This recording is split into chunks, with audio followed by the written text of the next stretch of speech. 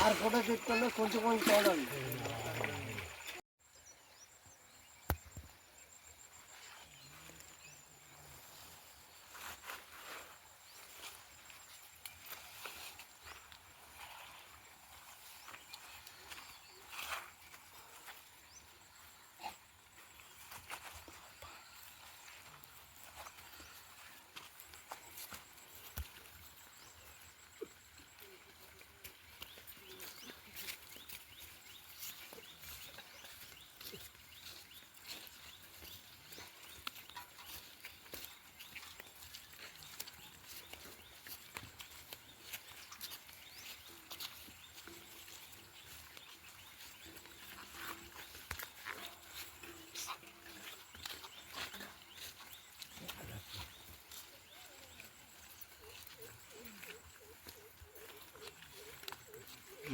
తీసి మళ్ళీ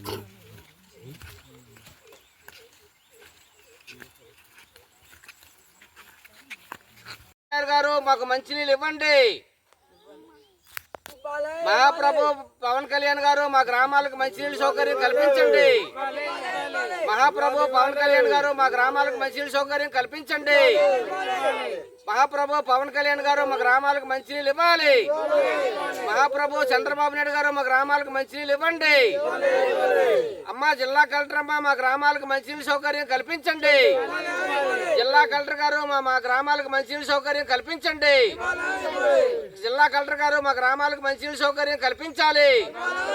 మహాప్రభు పవన్ కళ్యాణ్ గారు మా గ్రామాలకు మంచినీళ్ళ సౌకర్యం కల్పించాలి. మంచినీళ్ళు ఇవ్వండి. పవన్ కళ్యాణ్ గారు మంచినీళ్ళు ఇవ్వండి. జిల్లా కలెక్టర్ గారు మమ్మల్ని మనుషులుగా గుర్తించి మంచినీళ్ళ సౌకర్యం కల్పించండి. జిల్లా కలెక్టర్ గారు మమ్మల్ని మంచినీళ్ళ సౌకర్యం కల్పించండి. జిల్లా కలెక్టర్ గారు మమ్మల్ని మనుషులుగా చూసి మంచినీళ్ళ సౌకర్యం కల్పించాలి. జిల్లా కలెక్టర్ గారు మమ్మల్ని మనుషులుగా చూసి మంచినీళ్ళ సౌకర్యం కల్పించాలి. చంద్రబాబు నాయుడు గారు మాకు మంచినీళ్ళ సౌకర్యం కల్పించి మనుషులుగా గుర్తించండి. చంద్రబాబు నాయుడు గారు మమ్మల్ని మనుషులుగా చూసి మంచినీళ్ళ సౌకర్యం గుర్తించండి. మాకు తాగడానికి నీళ్ళు ఇవ్వాలి. మాకు తాగడానికి నీళ్ళు ఇవ్వాలి. జిల్లా కలెక్టర్ గారు మాకు మంచినీళ్ళ సౌకర్యం కల్పించండి. జిల్లా కలెక్టర్ గారు మాకు మంచినీళ్ళ సౌకర్యం కల్పించండి.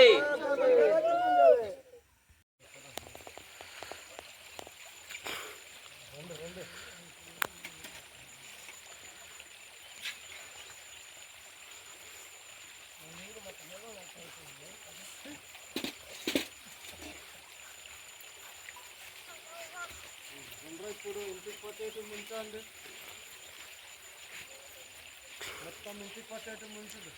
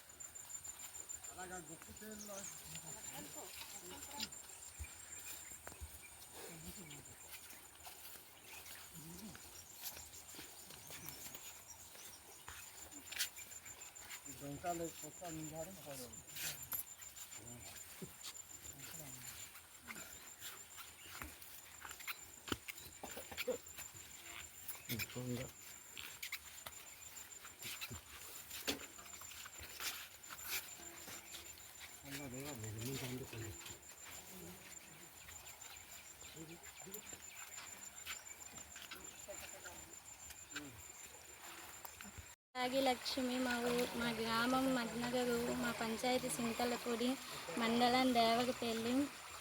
మేము దూరం నుంచి వాటర్ తెచ్చుకుంటున్నాము గడ్డ నుంచి. దానివల్ల మాకు జ్వరాలు జబ్బులు వల్ల వస్తూ ఉన్నాయి. అందుకు మాకు వాటర్ కావాలని కోరుకుంటున్నాము.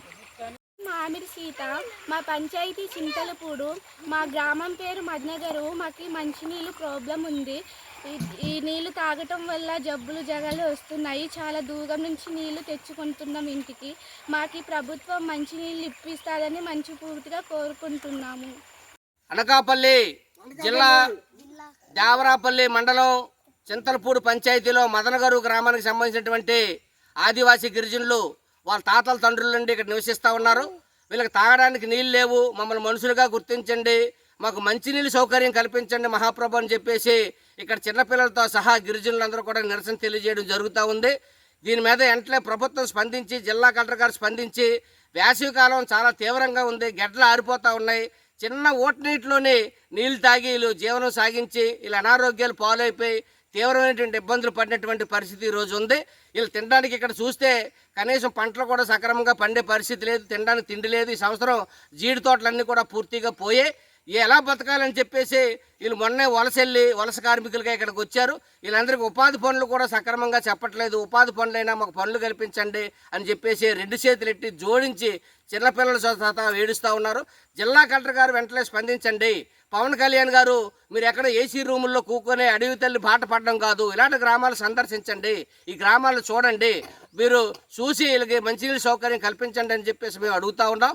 కాబట్టి ఇక్కడ గెడ్ నుండి దాదాపు 2 కిలోమీటర్లు ఈ గ్రామానికి మంచినీళ్ళు తెచ్చుకొని ఓటనీళ్ళు వీళ్ళు బతుకుతూ ఉన్నారంటే వీళ్ళు మనుషులా లేకపోతే అడవిలో జంతువులుగా మీరు చూస్తుంటారా అని చెప్పేసి మేము అడుగుతూ ఉన్నాం. ఈ జిల్లా ఉన్నటువంటి కలెక్టర్ గారు కానీ ఇక్కడ ఉన్నటువంటి ఆర్డబ్ల్యూఎస్ అధికారులు కానీ ఏం చేస్తుంటారని చెప్పేసి మేము ప్రశ్నిస్తూ ఉన్నాం. కాబట్టి వీళ్ళకి వెంటనే బోర్ వేసి వెంటనే వీళ్ళకి మంచినీళ్ళ సౌకర్యం కల్పిస్తే కొంత అనారోగ్య సమస్యలటువంటి పరిష్కారం అవుతాయి. ఆరోగ్య సమస్యలుగా ఈరోజు వీళ్ళు ఉంటారు. వీళ్ళు చిన్నపిల్లలు వీళ్ళు జ్వరాలు వచ్చి గడ్డ నీళ్ళు తాగి ఓటనీళ్ళు తాగి డయోరియా, మలేరియా, డెంగ్యూ అనేకటువంటి టైఫాయిడ్ లాంటి జ్వరాలు వచ్చి ఆ మందులకే ఈరోజు తీవ్రమైన ఇబ్బందులు పడినటువంటి పరిస్థితి ఇక్కడ కనిపిస్తుంది. అందుకని ఈ గిరిజనులు ఆదుకోవాల్సినటువంటి బాధ్యత ఈ ప్రభుత్వం మీద ఉంది. గిరిజనుల కోసమే నేను అడుగుబాట పట్టాను.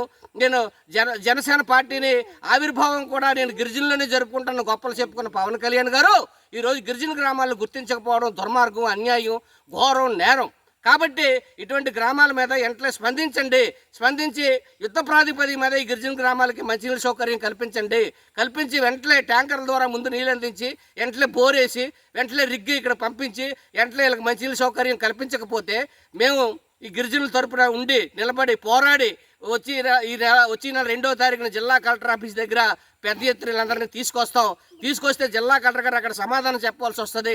వీళ్ళకి ఏమన్నా ఇక్కడ జరిగితే వీళ్ళకి మంచినీళ్ళ వల్ల అనారోగ్యాల సమస్యలు వస్తే దీనికి ప్రభుత్వమే బాధ్యత వహించవలసి వస్తుంది. గిరిజనులు ఒక్క గ్రామం ఉన్నా మీరు మంచినీళ్ళు ఇస్తామని చెప్పినటువంటి మాట నిలబెట్టుకోవట్లేదు. కూటమి ప్రభుత్వం మాటల ప్రభుత్వం అన్నారు, కానీ చేతల ప్రభుత్వం కాదు. ఇది చేతల్లో ఇది చూపించట్లేదు. ఇది అత్యంత దుర్మార్గమైనటువంటి చర్య.